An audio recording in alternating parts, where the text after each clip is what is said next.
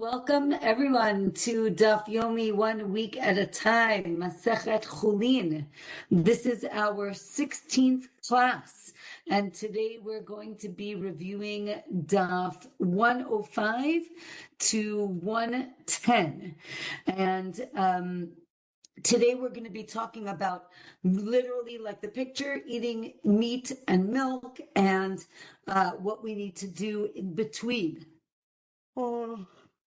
Okay, so the Gemara tells us that after eating cheese, you need to wipe your mouth. This is according to Beit Shammai, or Beit Hillel say you actually have to wash your mouth out. Again, we'll talk about it in a minute. We're used to this idea of waiting after eating meat, waiting to eat milk, but it is important to recognize that after we eat cheese, you can't just eat a steak right afterwards. You have to clean out your mouth. So Beit Shammai say you just have to wipe your mouth. Beit Hillel say you need to wash your mouth. Now, Daf 105, the Gemara says, what does it mean to wipe your mouth? To wipe your mouth means to eat bread, and you don't actually have to wash out your mouth. Or maybe what they mean is you also need to wash your mouth, meaning you eat bread and then you also wash your mouth. So the Gemara says, yes, that Beit Shammai say you have to wipe your mouth and wash your mouth. Beit Hillel also say both, and therefore they really aren't arguing. And since we're saying that wiping your mouth is with eating bread, we say it's wheat bread, not barley bread. Barley bread is not as good, and it should be cold and not hot, and it should be soft and not hard. Or really, the Gemara says you can use whatever you want. The only thing you can't use is flour, dates, or like vegetables. Okay, and now the question is, how long do you need to wait between meat and milk? So you ate meat and then milk. How much do you have to wait? And one opinion is you can eat it right away. The Gemara says, what do you mean you can eat it right away? We say, no, that if you ate cheese first, then you can eat meat right away. Again, right away in the sense that you don't have to wait a certain amount of time. But the opposite, you can't eat cheese after meat. The Gemara asks, what if you have meat in between your teeth? So, like, what do you do with that? Does it count? Is it still considered meat, or is it just, what's left in your teeth? Okay, now let's go to how long you have to wait. So the Gemara says some people would actually wait a full 24 hours. If you think 6 hours is long, there's some people who would wait 24 hours after meat. Some people just waited till the next meal. That's the understanding that we have nowadays, till the next meal. And then the question is, what's the next meal? 3 hours, 4 hours, 6 hours. As a side point, the Gemara says that just gives you advice that it's good for you to check your property every day. And the Gemara actually gives stories of people who went to go check their property, and because they went out to see their property, they actually saved money by, they discovered that something was going on and they happened to have been there exactly at the right time. Okay, since we were talking about wiping your mouth, now the Gemara talks about washing hands. So the Gemara says that when you first wash your hands, it's a mitzvah in the beginning of the meal, and at washing your hands at the end of the meal, which is called mayim achronim, that is an obligation. So there seems to be a distinction between mitzvah and chovah, and obligation. Or maybe both are obligatory, but the washing in the middle of the meal is optional. Okay, how does one wash their hands? You pour water into a utensil, a kli, or maybe you can pour it onto the ground. Mayim achronim, again, when we wash our hands at the end of the meal, they cannot be poured on the ground because we'll see in a second, but the water is very dirty and therefore it should not go on the ground. It should only be in a vessel. Okay, mayim rishon, again, mayim rishon, when you wash your hands in the beginning of the meal, you should not, so the question is, do you use hot water or cold water? So one opinion is you can use hot or cold, but for mayim achronim, only cold. And here, the Gemara says that actually cold water removes the dirt better. Hot just smooths your hand, which I think is very interesting because I would imagine we would say the opposite. Or you could actually use hot water, but not boiling water. Okay, we said that if you have a meat dish after cheese, so you have to wash your hands because again, you touched the cheese. Now, when you want to touch the meat, you have to wash your hands. Now, why do we have mayim achronim at the end of the meal? This is an obligation because of the what's called melach sdomit, the salt from Sdom, which actually, like nowadays, has a lot of sulfur in it. So the salt from Sdom actually was dangerous if you touched your eyes. So again, in those days, if you were eating with your hands, we want to make sure that you wash your hands really well before you go on your way, lest you, again, the Gemara says, lest you blind your eyes, because, you know, if you get it in your eye, it could be very dangerous. Okay, now the Gemara lists 8 statements by Abaye. They're not all connected. The first one happens to be mayim achronim, which is why it's here, but what connects all the statements is that Abaye thought one way originally, and then he was taught by Mar who's Rabbah, and he taught him actually a different reason, and then he like changed his mind. And it's 8 different cases how basically Rabbah taught Abaye how to understand certain things. Okay, so we'll go through them, right? So the first one is that you shouldn't wash. We said the water on the shouldn't go onto the ground.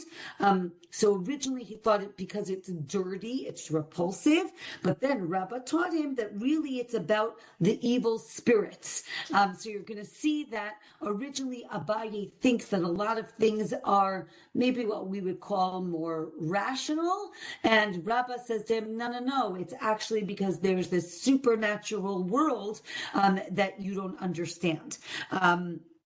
Between you and me, again, my personal humble opinion is that when the Gemara talks about evil spirits, I think that they're talking about like bacteria, right? Dangerous things that we can't see, right? So if you wash your hands and it's dangerous because it's evil spirits, I think that it's bacteria, but you can also think of it in a more spiritual way. Okay, the next thing, again, all these things are not going to be laws. They're not halachot, but they're more like customs, minhagim, things that they used to do.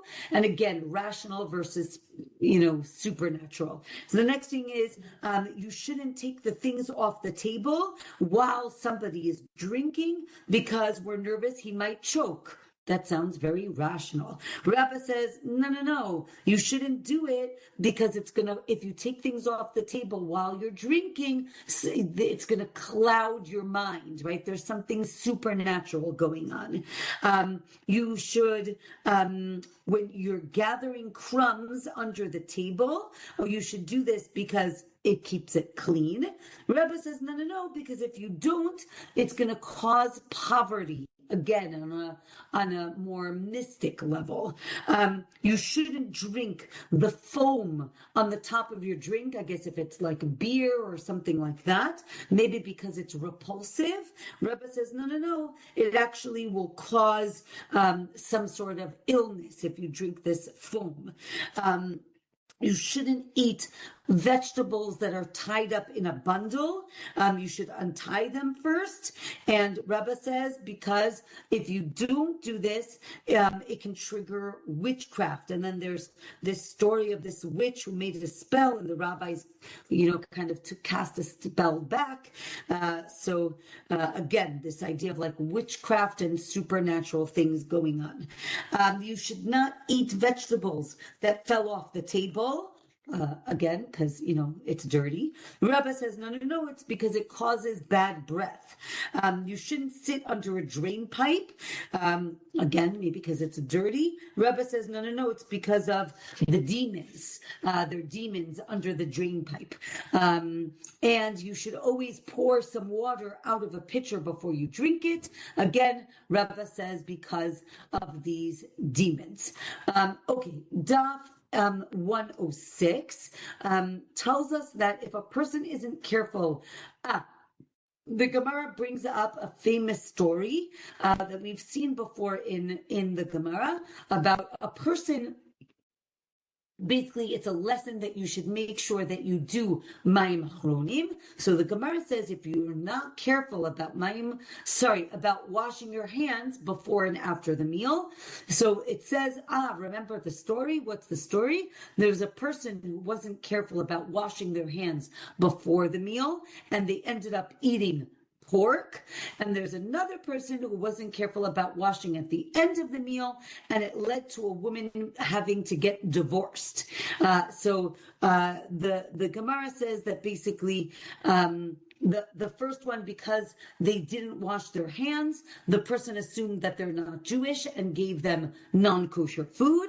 The second story is the story about a man who ate, but he didn't do mayim achronim. Generally, when they do mayim achronim, they also clean their beards. So he didn't do that, and he could see that he had lentils in his beard. So the people said, they went to the wife of this man, and they said, your husband told us that you served him lentils, and therefore give us all the money that's in the safe.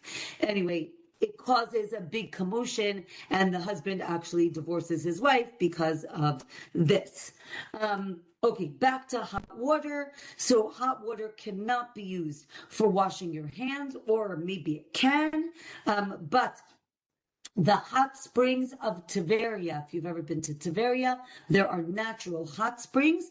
They cannot be used for washing hands, for nitilat yadayim, but they can be used for tvilat yadayim. Tvilat yadayim means dipping your hands in, and everyone agrees that you can use it for this.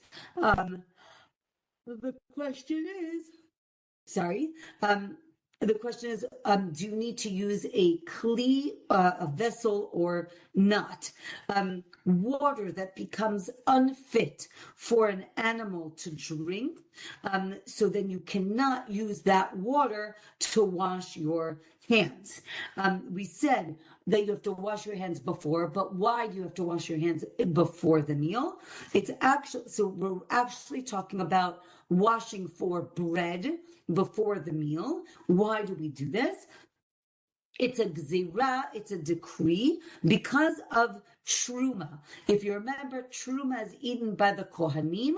They have to make sure that their hands are pure. Therefore, when they ate truma, they would have to wash their hands.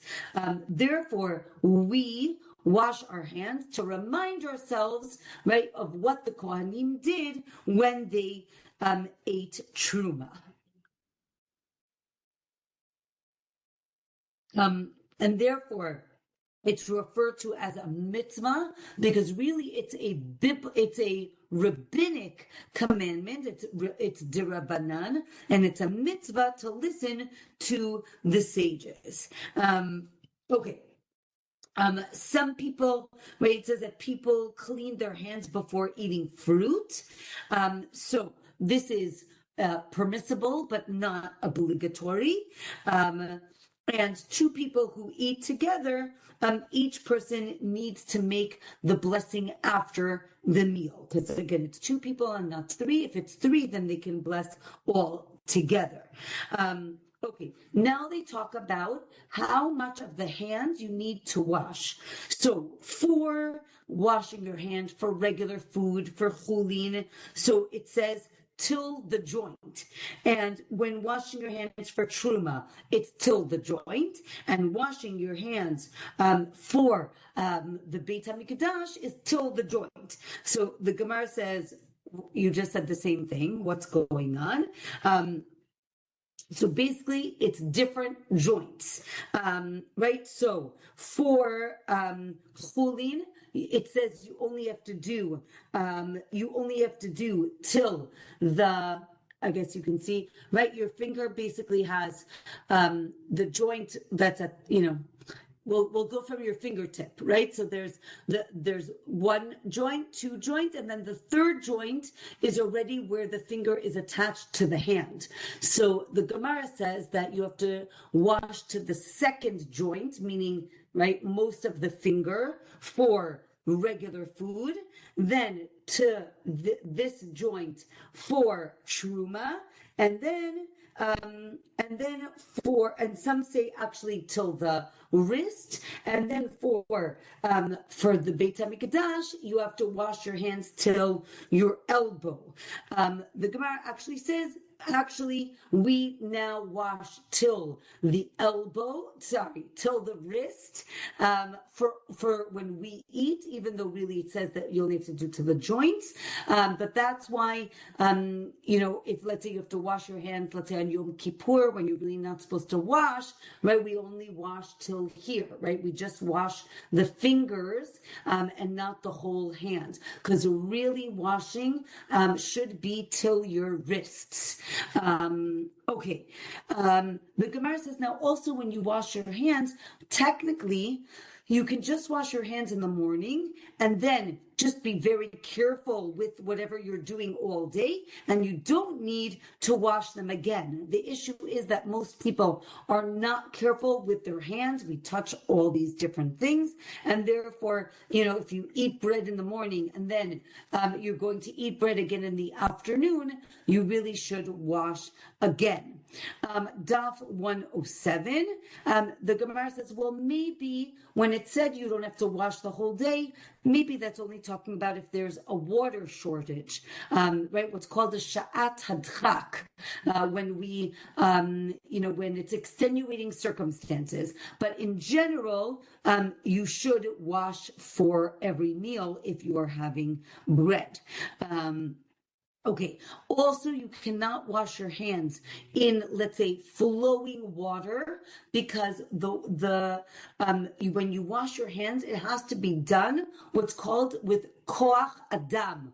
The person has to create the washing. So, for example, let's say you go, you're somewhere and there's no cup, but there is a faucet. So you might think, oh, I'll turn on the faucet and then I'll just put my hands under the faucet. Really, the halakha says that you should turn on and off the water so that every time you're washing your hands, it's because you turned on the water. So that would be the proper way to wash if you don't have a cup. But again, the best way to wash is with a kli, with a utensil.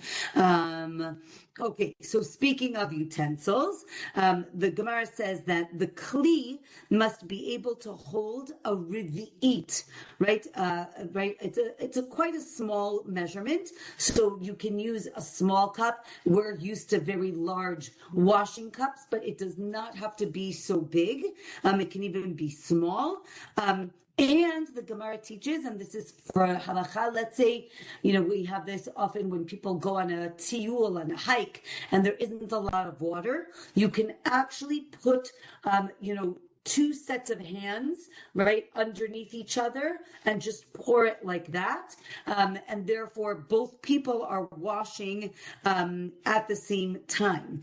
Again, you should use a proper cup. It shouldn't be something that's chipped or broken. It should be something that, that is appropriate. Okay. Then the Gemara says you should not use like a sack to wash because it's actually not made to hold water, even though it could hold water. It's not really a kli, and therefore you should not use it. Okay, next, this very, very practical laws. The Gemara says, and I don't know if you're familiar with this, but there is an idea that if you, let's say you want to eat a sandwich. So some people, and we're going to see it right now in a minute, what if you hold the sandwich with a napkin? Do you have to, maybe that can suffice and you don't have to wash your hands. So the Gemara actually mentions this on Daf 107.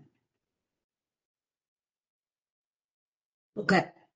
Right, the Gemara asks, can I cover the food with a napkin and eat it without washing, right? And I guess it's a 2,000-year-old issue of people who are lazy and don't really want to get up and wash. So can I just cover my bagel with a napkin? And then I don't mean cover it so that I'm holding it with the napkin and then eat it that way. So, they bring up an example of Rabbi Tzadok who would actually fast. He fasted many, many days, and to keep him alive, they would actually feed him. So what would they do? They would cover the food with a napkin, and it would be less than a kazait, so very little, and they would do it outside of the sukkah. I guess it was Sukkot, and he wouldn't bench afterwards. So again, maybe it's because it's less than a kazait. It's a very small amount. Maybe that's why it was okay. So now we try another story. They found two sages who were eating bread, and they were eating it, again, covered with a napkin. So now it says, Shmuel did wash his hands. But other people did not. So Gemara says, no. The people that were using the napkin were actually kohanim, right? They were priests, and they were being careful to not touch the food because, again, they were kohanim and they were trying to be as pure as possible. Therefore, it shows that you could eat with a napkin without washing your hands. So this is something that one could do. Again, not the best thing to do, but you could do it. Let's say a person is feeding another person. So then, who needs to wash their hand, right? So is it, right, again, are we concerned that the person who's being fed might touch the food and therefore he should wash his hands? Or again, the person who's feeding needs to wash their hands because they're doing the feeding, but they're not doing the eating, which is very interesting. That is discussed in the Gemara. Let's say if you know that there is more food coming, so you don't have to make a blessing on each food that you're getting because it's a meal and there's more things coming. Okay, let's say, again, fascinating, right? Let's say you have a person feeding their child on Yom Kippur, right? Obviously, the adult is not going to eat, but the child is going to eat. The Gemara says that the person feeding the child needs to wash their hands. Here it seems because, right, they didn't wash their hands at all. As we said, on Yom Kippur, you don't wash your hands. So therefore, if they're going to be feeding with their hands, they should wash their hands.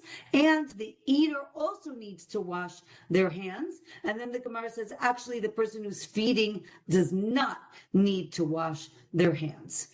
Okay, next Mishnah.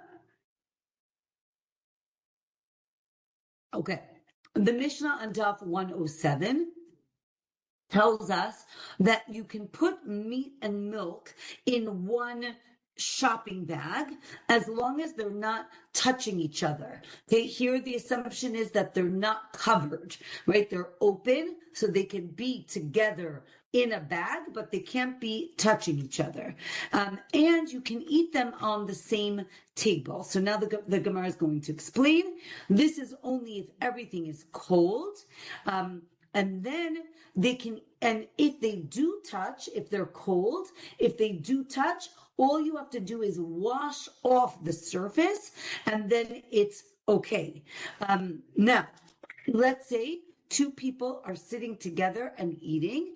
If they don't know each other, meaning they're not friendly, then one can eat meat and one can eat milk because we're not concerned that they're going to share food because they don't really know each other. But if you do know each other, you cannot eat a regular meal together because you might, pick from their plate and that would be problematic. The Gemara, unfortunately, it's sad. It says brothers who are on bad terms with each other are they allowed to eat together? Because they're in a fight, so maybe they're not going to share. And the Gemara says no, because I guess they're really their brothers. So even if they're in a fight, maybe they would share. Okay. Daf 108. Hold on a second. Okay. Daf 108 has is the Mishnah that's like the core of all these discussions about meat and milk. Okay, so Daf 108 is like a super, I would say, like a fundamental Mishnah. So what does the Mishnah say? The Mishnah says that if a drop of milk fell on meat that was cooking in a pot, so now if it gave the meat flavor, meaning it is not 1/60. Remember we talked about the 60th. So if it's more, I don't know how to say it like mathematically. If it's not nullified, meaning if there's more than 1/60 parts, so then it gives the meat flavor. Therefore, the meat is asur. If, let's say, you stirred the pot at the time, so now, again, so just think about it. There's a pot. So think about let's say you're making stew. Okay, so let's say there's a big piece of meat in a pot with gravy and carrots and potatoes, but there's a big piece of meat. Now, if the milk falls right on the meat, I look at the piece of meat versus the drop of milk, 1/60. Now, if while the milk fell into the pot, I was actually mixing the pot, which means it fell into the entire pot, now I have to look if it's 1/60 of the whole pot, meaning of everything that's there. And if it's more than 1/60th, it is forbidden. Okay, so that is the Mishnah. So now the Gemara says, right, the principle is called in Hebrew ta'am ki'ikar, right? The ta'am, the flavor, is what's important. So that even if, right, so the Gemara said that it's the flavor that makes it forbidden.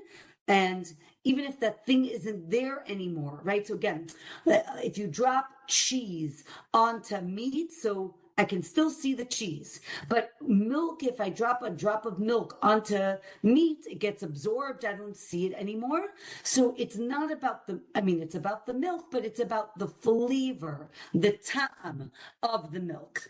And the Gemara says that this is actually deoraita. Okay, so the Gemara says, well, wait a minute. Meat and milk might be something very unique, right? Because what's so unique about meat and milk? Separately, they're totally fine. You mix them together and now they're forbidden, right? It's not like non-kosher food. Non-kosher food is already non-kosher, right? It's originally non-kosher. But here, both of these things are fine by themselves, just together they're not good. And the Gemara says that because it's unique, maybe I can't learn this principle of the flavor of Ta'am Kikar for other things. And the Gemara says, no, it's not a unique case. The Mishnah teaches us that this is about flavor, and therefore we can learn it to other things as well. Okay.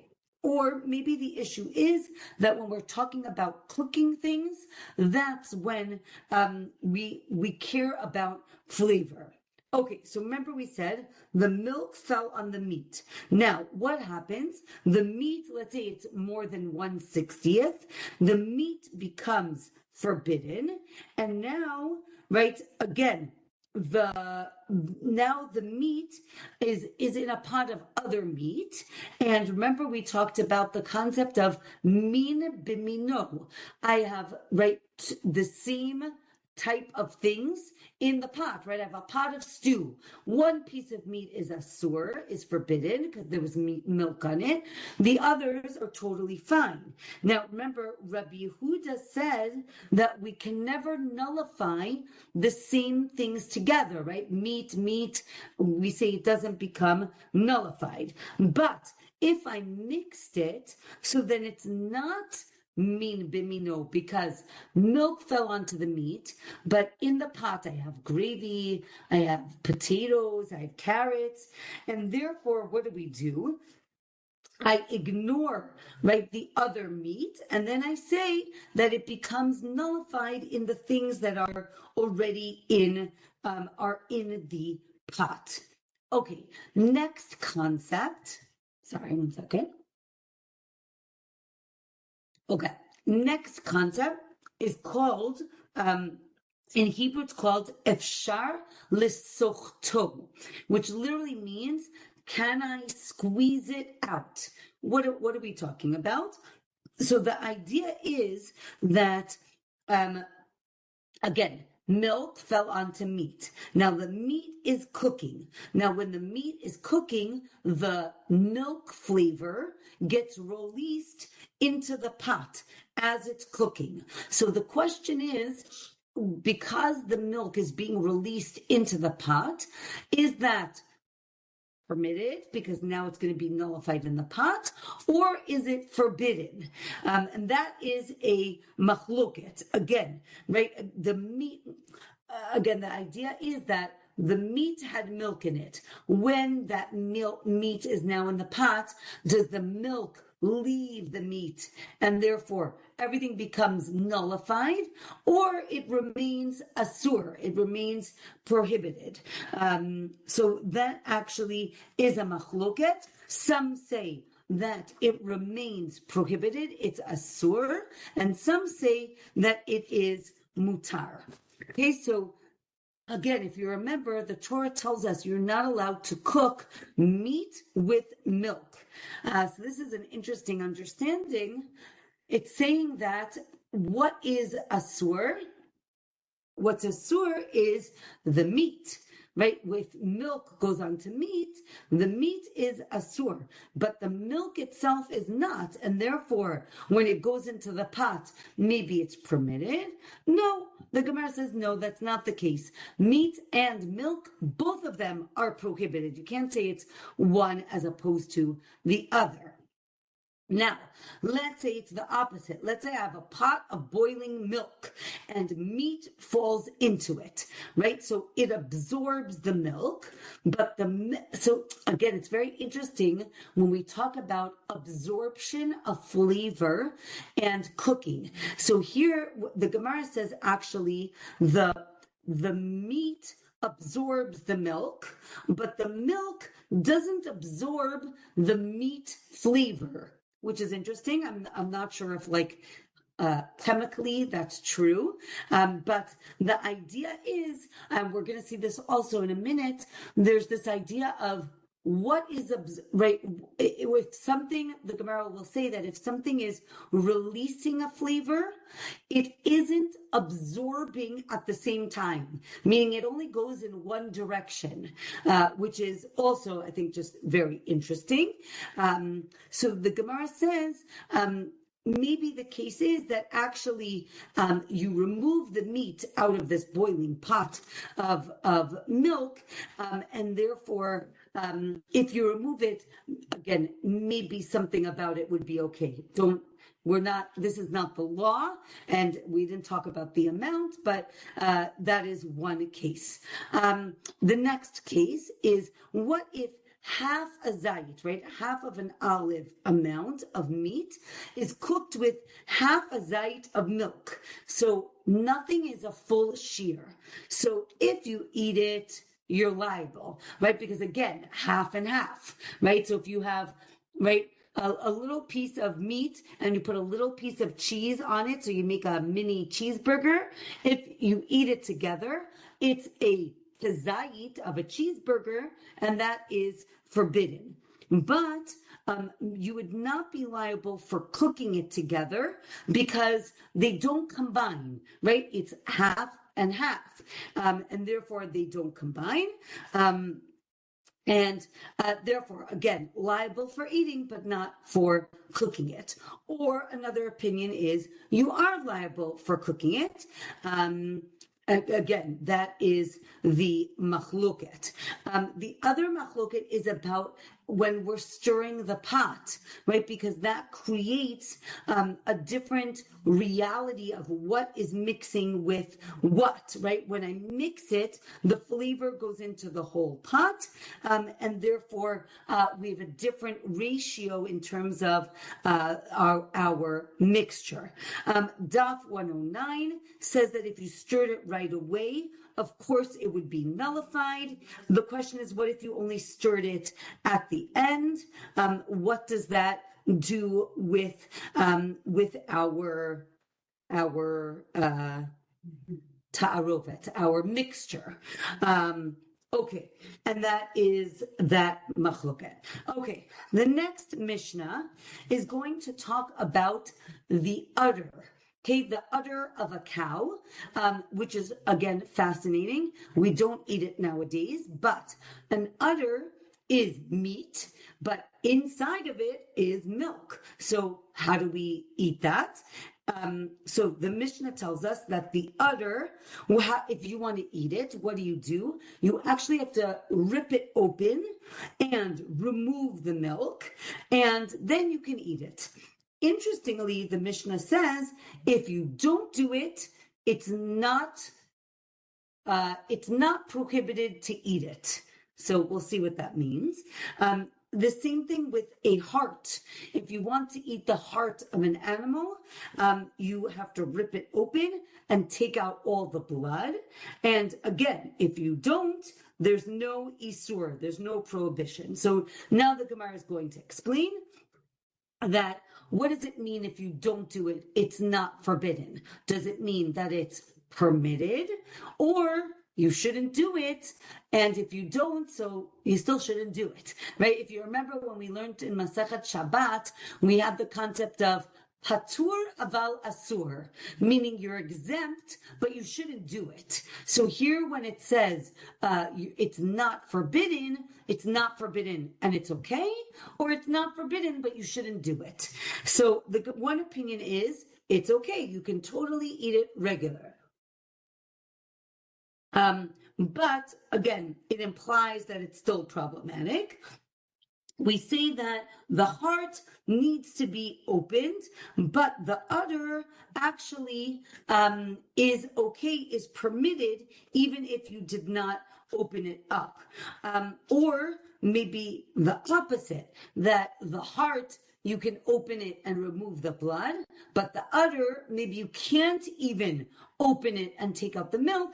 Maybe it's forbidden completely. But again, the other way to look at it is the opposite, which is the heart, you must open it and take out the blood. The udder, you should, but if you don't, it's also okay.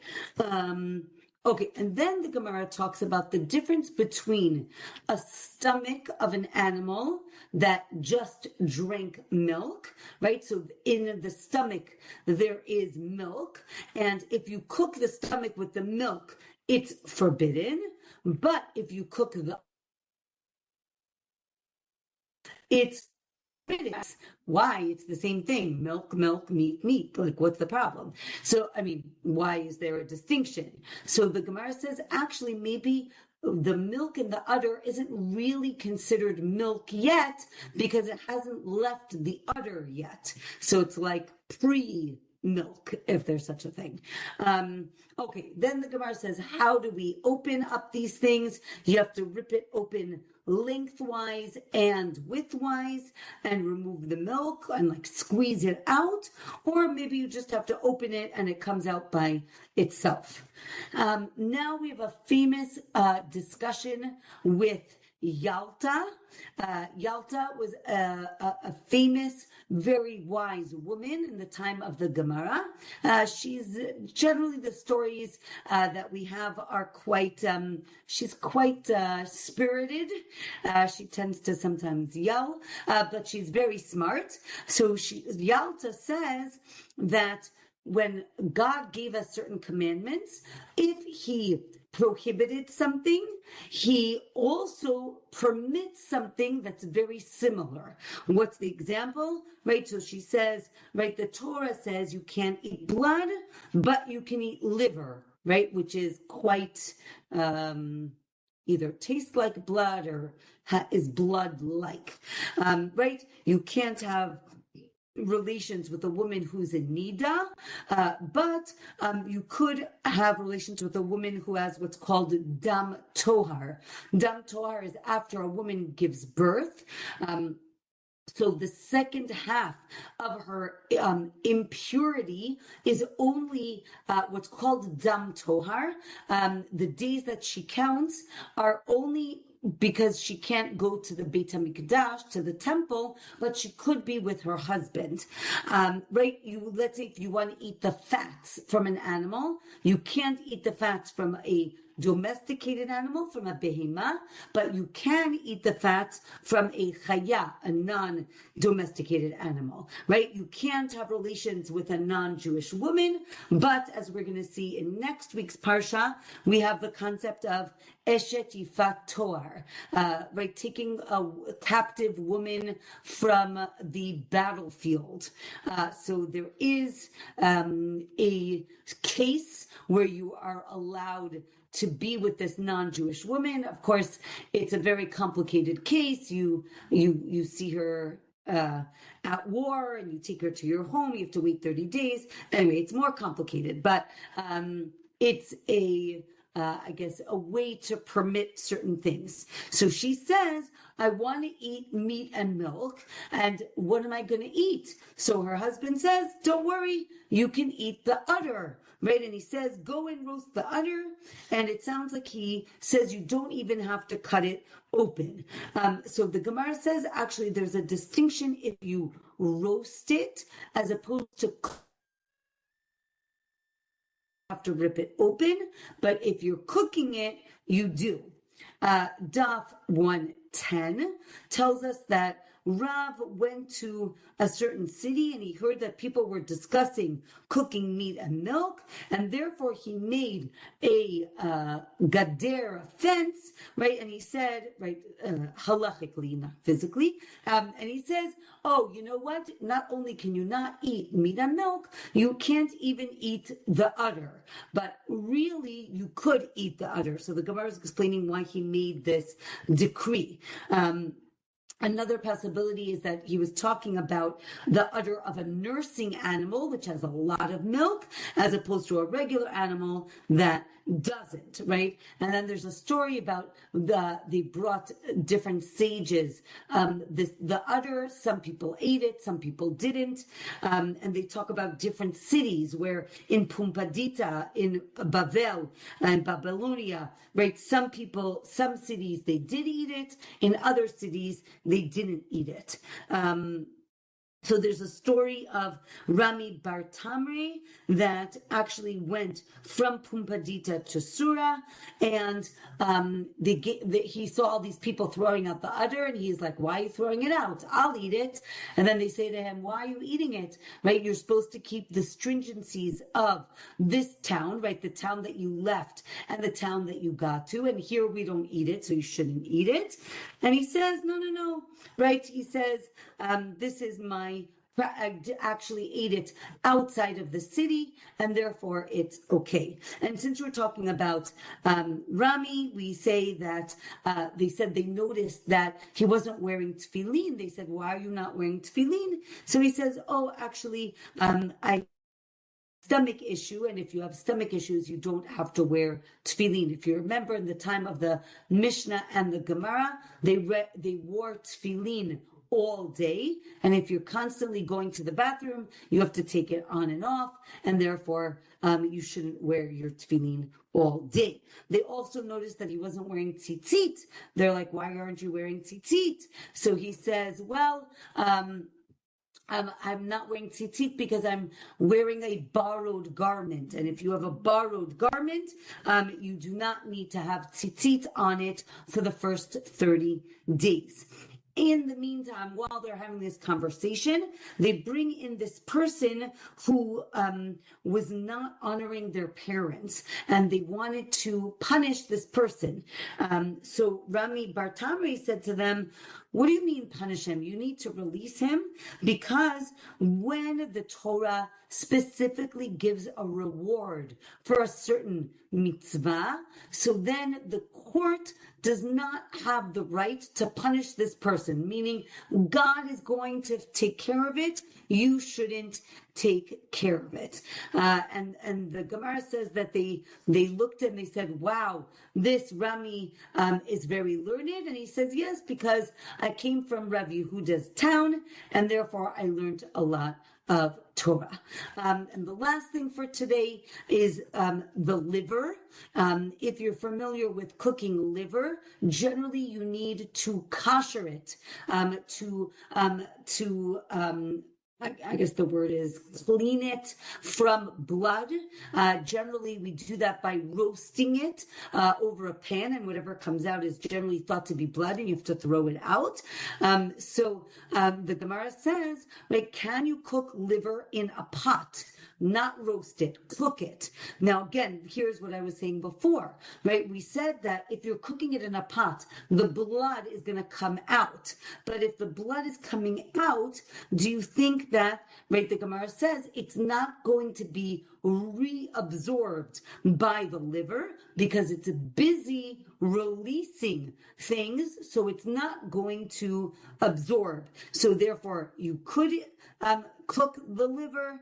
The Gemara says maybe the case is that maybe there's non-kosher liver with kosher meat, and that's the case, but we will get to that case next week. So with that, I'm happy to take any questions, but before that, next week is going to be, is that true? Hold on a second. I think next week is, hold on, let me just check before I forget, so that I don't want to make a mistake. Next week is regular Tuesday night, Be'ezrat Hashem. So mark that on your calendars. And yes, questions, comments. Yes, Aliza.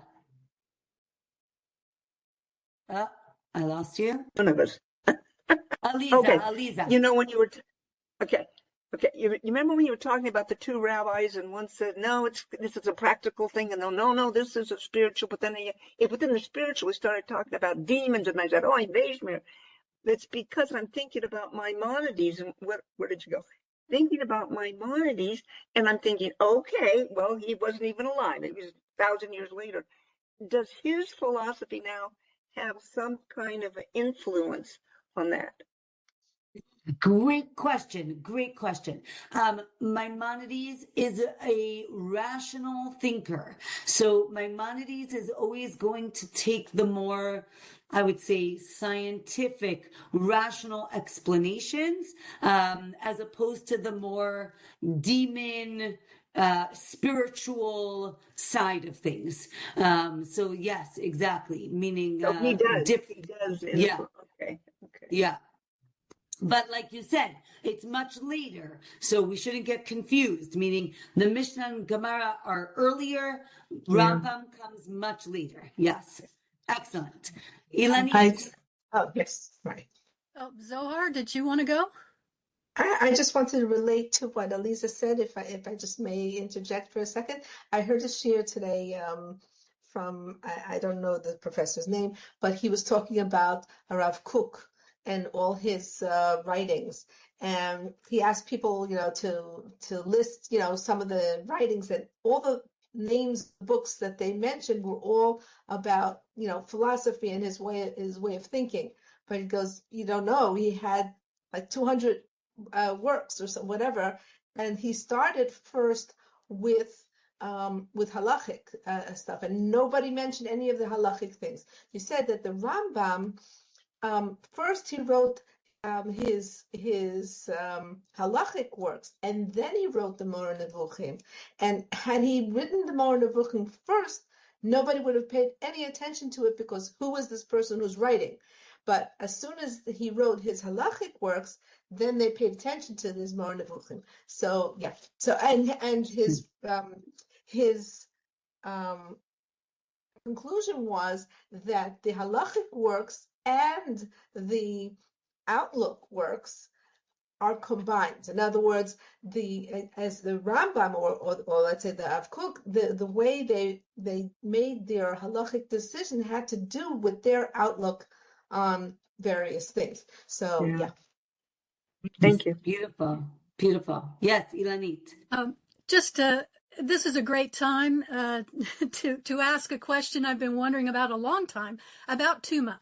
We learn so much about it and about how it needs to be removed, and then we get teachings that actually without the present day temple, and a lot of this is just, we're just keeping habits so that we will easily be able to not transgress when we have the temple.